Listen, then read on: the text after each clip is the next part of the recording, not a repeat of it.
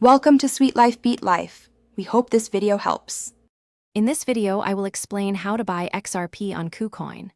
We will guide you through the simple steps to acquire XRP, a popular digital asset, on one of the world's leading cryptocurrency exchanges. KuCoin offers a user-friendly platform and a wide selection of cryptocurrencies. By the end of this guide, you will confidently navigate the process and successfully add XRP to your portfolio, making your first purchase straightforward and secure. Once your account is ready, the next step is to fund it. You can deposit various cryptocurrencies, such as UST, or use fiat currency options like bank transfers or credit cards.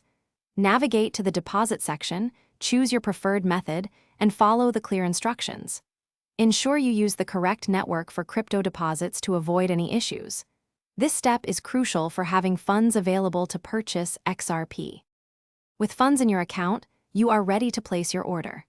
Head to the trade section and search for the XRP trading pair, typically XRP versus UST.